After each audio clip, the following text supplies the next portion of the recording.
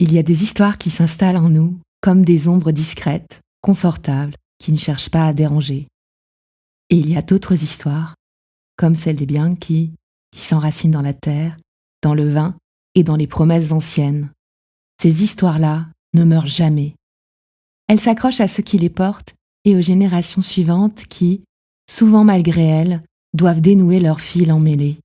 Ce soir, en ouvrant le journal de leur arrière-grand-mère, Clélia et Yulia s'apprêtent à réveiller un passé qui refuse de rester enterré. La nuit est tombée sur le domaine. Une lampe éclaire l'ancienne chambre de Marco, où Yulia, sa fille, tourne délicatement les pages du vieux journal de sa grand-mère, traduisant à mi-voix, tandis que Clélia examine la clé ancienne, laissée par leur père, cherchant un indice sur ce qu'elle pourrait ouvrir. « Tu crois qu'on va trouver des réponses ici ?» demande Clélia, faisant tourner la clé entre ses doigts. « Des réponses ? Peut-être, mais surtout des questions qu'on ne se posait pas, » murmure Yulia, absorbée par l'écriture cursive sur le papier jauni. Elle s'arrête soudain, sur une page, datée de 1916. « Écoute ça !»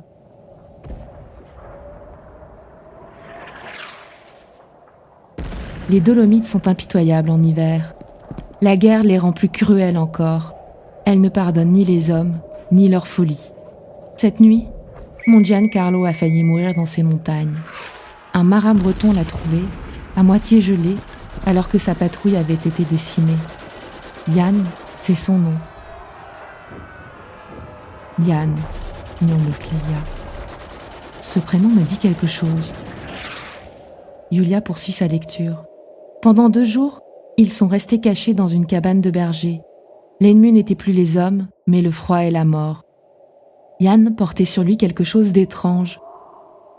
Une algue ramenée de sa terre bretonne. Il disait que sa femme la lui avait confiée avant son départ, que c'était un remède plus ancien que la guerre elle-même. « Je ne comprenais pas, » écrit Clélia Antonia, « comment une plante de mer pouvait survivre dans ces montagnes.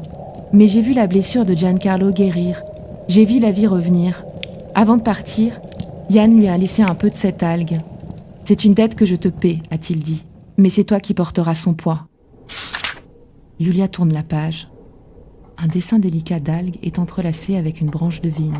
« Regarde les notes ici, dit-elle en montrant des annotations dans la marge. Elle parle d'expérience dans le chai. Ils ont commencé à mélanger l'algue avec certains cépages. Les 2 sœurs se figent. Yulia continue plus bas. Le vin réagissait étrangement, comme s'il gagnait en force vitale. Mais l'équilibre était crucial. Trop concentré, il devenait poison. Trop dilué, il perdait ses vertus. Clélia chuchote. Il remedio del mare. Ce n'est pas une légende. Il y a d'autres notes, murmure Yulia, ses doigts suivant des lignes à l'encre délavée. Mais il y avait un prix impayé. Dans le village, nos voisins ont commencé à parler. Ils voyaient les visites nocturnes dans le chai, entendaient les rumeurs sur mes plantes. Bientôt, ils ne m'appelaient plus que Strega, sorcière. Clélia remarque des annotations plus récentes dans les marges. Une écriture nerveuse, à l'encre rouge. Contre nature, hérésie, le mal s'infiltre dans les vignes. Qui a écrit ça ?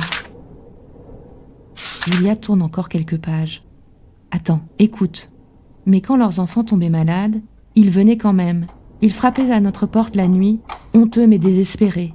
Le vin les guérissait. Pourtant leur peur grandissait avec chaque guérison.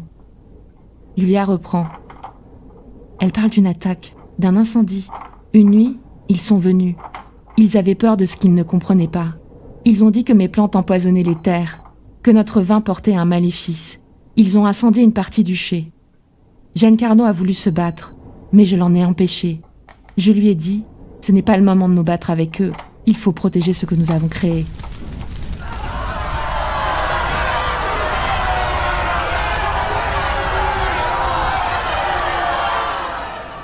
Clélia murmure.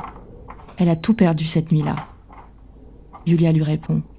Non, elle a caché leurs recherches, leurs carnets, tout ce qu'ils avaient trouvé. C'est ce qu'elle écrit ici.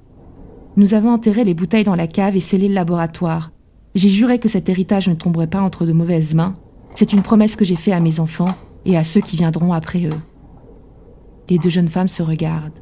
« Il manque des pages, » remarque Clélia, comme si quelqu'un les avait... Roberto entre brusquement dans la chambre. « Vous cherchez quoi exactement ?»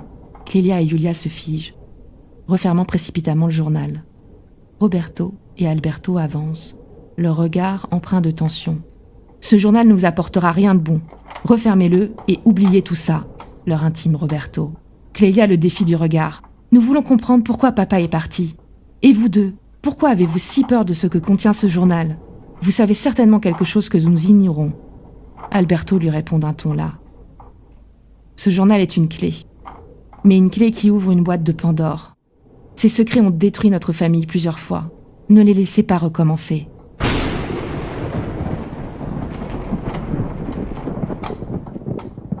Elena nous attend pour dîner, coupe Roberto. Puis, après une hésitation, il leur annonce. D'ailleurs, elle a invité Gabriele ce soir. Gabriele ? Demande Julia.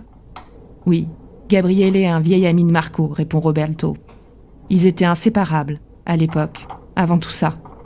Il pourra vous parler de lui certainement mieux que nous.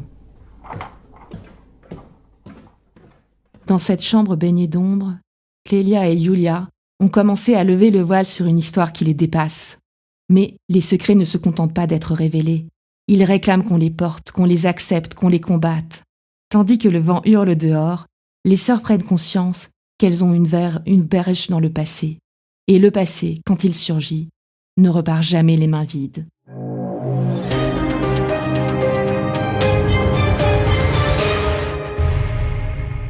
Alors, la peur de l'inconnu est-elle plus dangereuse que l'inconnu lui-même ?